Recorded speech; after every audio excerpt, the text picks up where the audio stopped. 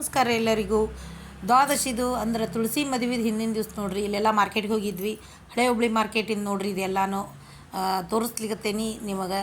ಇದ್ರದ್ದು ಅಲ್ಲಿಂದೆಲ್ಲಾನು ಕಬ್ಬು, ಹೂವು, ಆಮೇಲೆ ಬಾಳಿಕಂಬ, ಮಾವಿನ ತೊರಳು, ಆಮೇಲೆ ನೆಲ್ಲಿಕಾಯಿದು ಟೊಂಗಿ, ನೆಲ್ಲಿಕಾಯಿ ಹಣ್ಣು ಎಲ್ಲದ್ದು ಹಚ್ಚಿದ್ರು. ಹುಣ್ಸಿ ಗಿಡ, ಹುಣ್ಸಿ ಟೊಂಗಿ ಅವನ್ನೆಲ್ಲನೂ ತೊಗೊಂಬಂದು ತುಳಸಿಗೆ ಬೇಕಲ್ಲ. ಇಲ್ಲಿ ನೋಡ್ರಿ, ಇಲ್ಲಿ ನೆಲ್ಲಿಕಾಯಿ ಅವನ್ನೆಲ್ಲನೂ ಬೆಟ್ಟದ ನೆಲ್ಲಿಕಾಯಿ ಅಂತಾರಲ್ಲ, ಈ ಥರ ಹಿಂಗೆ ಮಾಡಿಟ್ಟಿದ್ರಲ್ಲಿ ಅವರು.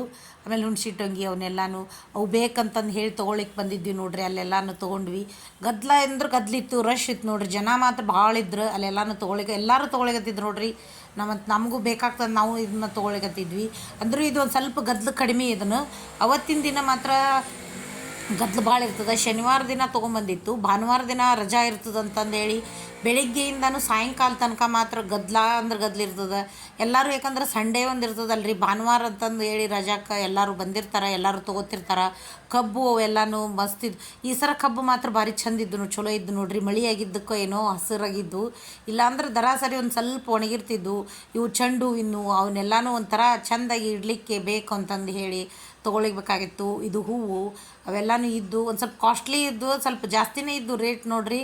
ಅಂದರೂ ಎಷ್ಟೋ ರೇಟ್ ಇದ್ರೂ ತರಬೇಕಲ್ರಿ, ಇದಕ್ಕೆ ಪೂಜೆಗಂತೂ ಬೇಕಂತಂದು ಹೇಳಿ ನಾವು ಅದನ್ನ ತೊಗೊಂಡಿದ್ವಿ. ಸ್ವಲ್ಪ ಎಲ್ಲನೂ ತೊಗೊಂಬಂದು ಡೆಕೋರೇಷನ್ ಮಾಡ್ಲಿಕ್ಕೆ ಬೇಕಂತಂದು ತುಳಸಿ ಮದುವೆಗೆ ಅಂತೂ ಮನೆಗೆ ತೊಗೊಂಬಂದ್ವಿ. ಕಬ್ಬು ಒಂದು ಸ್ವಲ್ಪ ದೊಡ್ಡವಿದ್ದು ಅಂತಂದು ಹೇಳಿ ಕಟ್ ಮಾಡಿದ್ವಿ ನೋಡ್ರಿ. ಅವು ಭಾಳ ದೊಡ್ಡವಿದ್ದು ಕಬ್ಬು.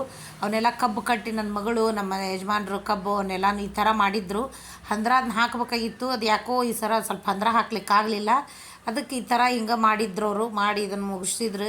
ಆಮೇಲೆ ಅವಕ್ಕೆಲ್ಲನೂ ಹೂವಿನ ಆರ್ಟಿಫಿಷಿಯಲ್ ಹೂವಿದ್ದು ಅವನ್ನೆಲ್ಲ ಹೂವಿಂದ ಸ್ವಲ್ಪ ಡೆಕೋರೇಷನ್ ಮಾಡಿದರು. ಆಮೇಲೆ ಮಾವಿನ ತೊಳಲು ಅವನ್ನೆಲ್ಲ ಕಟ್ಟಬೇಕಲ್ಲ, ಅವನ್ನೆಲ್ಲ ಕಟ್ಲಿಕ್ಕತ್ತಾರ ನೋಡ್ರಿ.